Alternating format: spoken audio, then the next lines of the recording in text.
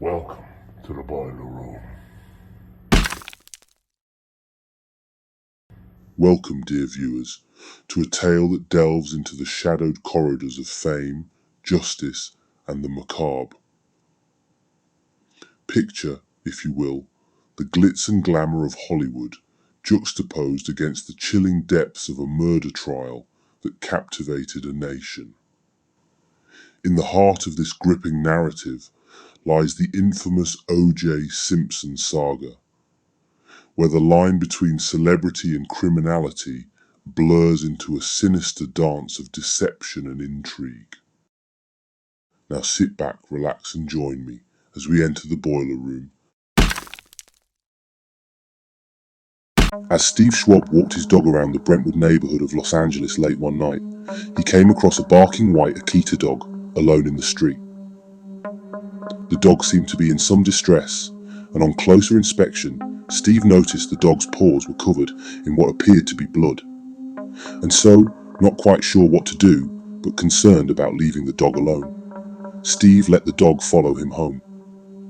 Now Steve couldn't really keep the dog in his house for the evening. He had a dog of his own, and he really wasn't sure how the two would react if left alone together. And so he asked his friend and neighbor Sukru Boztepe to have the dog overnight and take it to an animal shelter in the morning. Sukru agreed, and he took the dog in, fed him some food, and was about to settle in for the night when the dog became agitated. Thinking a walk might calm him down, Sukru and his wife Bettina took the dog out for a walk. When the dog passed what would later be revealed to be its home, 875 South Bundy Drive, it stopped and began to bark. Sukru glanced up to see a river of blood along the path leading to the gateway of the house. The dog stopped and looked to the right, Sukra would later tell the press. I looked to the right too. I saw a body. It was a woman lying down horizontally all the way to the path. Her face was turned to me on the right side. There was a lot of blood. There were in fact two bodies. Nicole Brown Simpson, who lived at the address, and her friend Ron Goldman, who had visited her that night. The pair had been murdered just 2 hours earlier. A barefoot Nicole had been stabbed 4 times in the head, neck, and hands, and her throat slit with force. A medical examiner would conclude she died within minutes of the attack. Goldman's body was lying nearby under a tree, with evidence he had fought back against his murderer but ultimately succumbed to multiple deep stab wounds. Nicole Brown Simpson was the former wife of O.J Simpson, a beloved actor and sports broadcaster who had been a major football star in the NFL. The pair had married in 1985 and had 2 children, Sydney and Justin. But Brown Simpson would soon become the victim of sustained domestic abuse, with as many as 62 incidents being reported. In 1989, Simpson pleaded no contest to a charge that he had beaten his wife. After divorcing in 1992, a jealous Simpson stalked and regularly threatened his ex-wife, but the couple maintained an uneasy relationship for their young children. On the evening of the murders, they had attended separately their daughter Sydney's school dance show. Afterward, Brown Simpson had visited the Mezzaluna restaurant in Brentwood with her parents and children. After they left, Brown Simpson's mother, Judith, realized she had left her glasses at Mezzaluna. Goldman, a waiter there, promised to return them to Simpson Brown's apartment after his shift, which would lead him tragically into the path of whoever had come to murder her. At around 5 a.m. the next morning, 2 LA detectives went to Simpson's nearby Rockingham estate to inform him of Brown Simpson's death. They would not find him there. He had taken a late flight to Chicago the previous evening. One of the detectives, Mark Fuhrman, climbed over a wall to search the estate's grounds, where he found a glove covered in blood that matched a glove found near the bodies on Brown Simpson's blood-splattered path, as well as Mr. Simpson's Ford Bronco parked outside, with blood smeared on the door. At 7 a.m, Simpson's house was declared a crime scene, and a search warrant was secured that helped detectives find more blood inside the Bronco and on a pair of socks inside Simpson's bedroom. The LA police believed they now had more than enough evidence, and 2 days later formally charged Simpson with 2 counts of first-degree murder. Simpson had been expected to turn himself in, but as the hours ticked by, the Los Angeles Police Department grew impatient and headed to the home where Simpson was staying. They discovered Simpson had slipped away, but he was not alone. By his side was longtime friend and teammate Al Cowlings, who, according to friends, followed O.J. like his shadow. The pair hopped into Cowlings' white Ford Bronco and headed south to Orange County. The LAPD held a news conference just before 2 p.m., officially announcing Simpson was a fugitive. Hours later, police traced phone calls made with Simpson's phone and were able to locate the white Bronco. A massive police pursuit ensued over the next 2 hours. At 6:45 p.m., police officer Ruth Dixon saw the Bronco heading north on Interstate 405. When she caught up to it, Cowlings yelled out that Simpson was in the back seat of the vehicle and was pointing a gun at his own head. 20 police vehicles gave chase as TV news choppers broadcast the entire spectacle on every major television network. Thousands of spectators and onlookers packed overpasses along the route of the chase, waiting for the white Bronco. In a festival-like atmosphere, many had signs urging Simpson to flee. As Simpson and Cowlings made the 60-mile trek from Orange County, returning to Simpson's Brentwood home, where he would eventually surrender. On June 20th, O.J. Simpson was arraigned, pleading not guilty to the murders of Nicole Brown Simpson and Ronald Goldman, leading to his detention without bail. The excessive media coverage surrounding the case led to the dismissal of a grand jury on June 23rd, prompting a shift to a probable cause hearing to assess Simpson's trial necessity. During the hearing, it was revealed that, in the months preceding the murders, Simpson had completed filming a pilot for Frogman, an adventure series where he played Bullfrog Burke, a leader of ex-US Navy SEALs. His role included military training and knife handling, with one scene notably showing him threateningly holding a knife to a woman's throat. Though a 25-minute pilot excerpt was viewed by investigators, it was excluded from court evidence, alongside testimony regarding a 12-inch stiletto knife Simpson had bought, which was similar to the murder weapon, but was discredited due to its seller's media deal. Witness Jill Shively provided testimony about seeing a white Ford Bronco resembling Simpson's speeding away from the crime scene. However, after selling her story to the media, her account was dismissed in court. The trial itself lasted 8 months and summoned 150 witnesses, turning into a national spectacle with extensive cable television coverage across the United States. Audiences worldwide were captivated, watching the proceedings unfold as if it were a soap opera.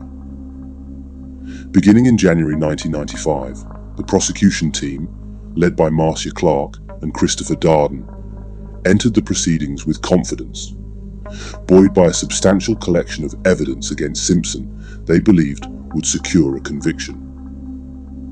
The prosecutions with accounts of Simpson's abusive behavior towards his former wife, culminating in her murder, a final act of control. On the murder night, Simpson's irritation was palpable over the black dress Brown Simpson wore, prompting him to confront her at her apartment. LAPD officer and mutual friend of Simpson and Brown, Ron Shipp, recounted a conversation where Simpson expressed reluctance to undergo a polygraph test, citing dreams of committing the murder, an admission the jury discounted after defense allegations of Shipp's ulterior motives to advance his acting career.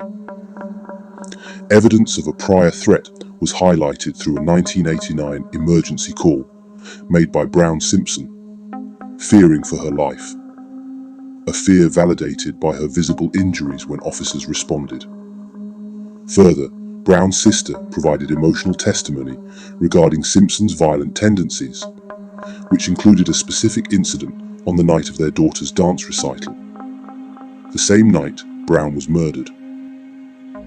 The prosecution meticulously presented DNA evidence linking Simpson to the murders, featuring a trail of blood connecting the crime scene, Simpson's vehicle, and his residence. Despite the overwhelming DNA evidence, Simpson's lack of an alibi for the crucial time frame further implicated him. A pivotal moment involved the discovery of a bloody glove at Simpson's residence, mirroring one found at the murder scene. However, the defense capitalized on this, suggesting Detective Fuhrman, who discovered the glove, planted it to frame Simpson, a theory bolstered by Fuhrman's recorded use of racial slurs. The trial's most dramatic moment came when Simpson struggled to fit the gloves over his latex-clad hands, leading to Cochran's famed "if it doesn't fit, you must acquit" declaration. Despite explanations that the gloves had shrunk from blood exposure and subsequent handling, Simpson's defense strategy centered on casting doubt on every piece of evidence, branding it as compromised, contaminated, and corrupted right from the start. They called into question the integrity of the DNA evidence, alleging police mishandling and contamination, and suggested a racially motivated conspiracy to frame Simpson. Despite the prosecution's efforts to counter these claims, the defense's narrative of a racially biased plot to incriminate Simpson took hold. After a mere 4 hours of deliberation, the jury returned a not guilty verdict on October 3rd, 1995, a decision deeply influenced by the defense's successful implantation of doubt regarding the evidence's credibility. In the wake of O.J. Simpson's not guilty verdict, the legal narrative took another turn with a civil suit filed in 1996 by the families of Nicole Brown Simpson and Ron Goldman. This suit shifted focus, emphasizing Simpson's history of domestic violence to argue for his liability in the wrongful deaths. The proceedings, which were not televised and featured a jury not sequestered, delved into detailed evidence, including photos of Simpson in shoes like those linked to the crime scene. The civil trial's outcome starkly contrasted with the criminal trial, as Simpson was found liable, and the jury awarded the families $33.5 million in damages. Faced with this substantial financial judgment, Simpson sought refuge in Florida, banking on the state's generous asset protection laws to shield him from the full financial impact. Despite these efforts, the auction of Simpson's personal items, including his iconic Heisman Trophy, became inevitable.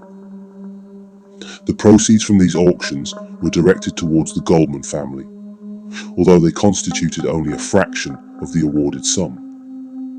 Simpson's relocation and the auction of his assets underscored the long-lasting repercussions of the trial, illustrating the persistent quest for accountability and the complex interplay between celebrity, justice, and financial consequences.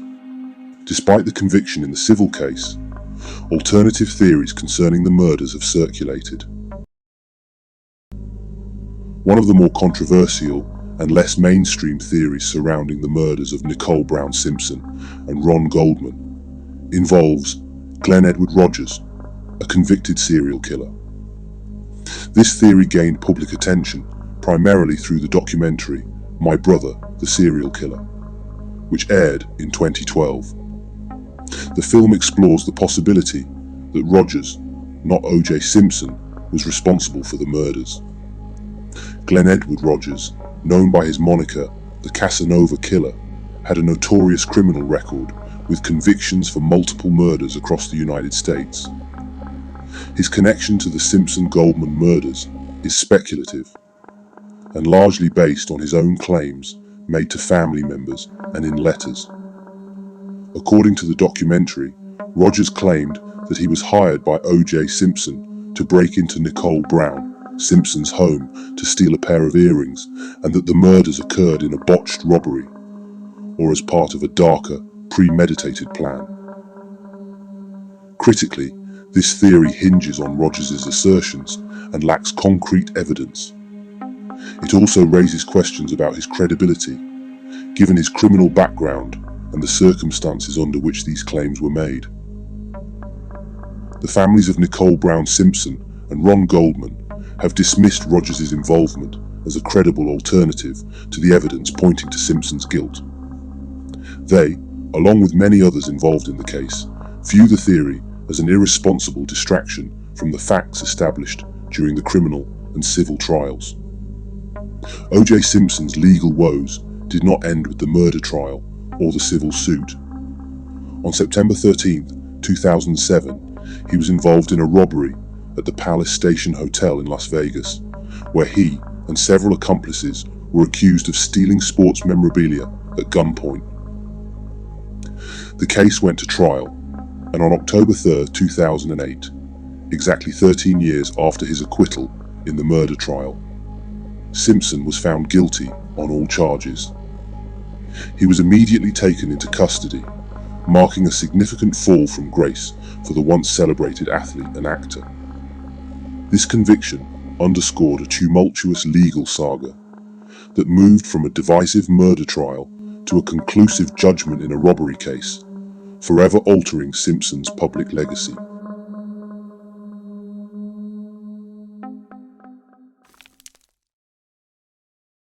Well, let that be a lesson to you kids. Fame and fortune can cause you to lose your mind, your wife and your trophies.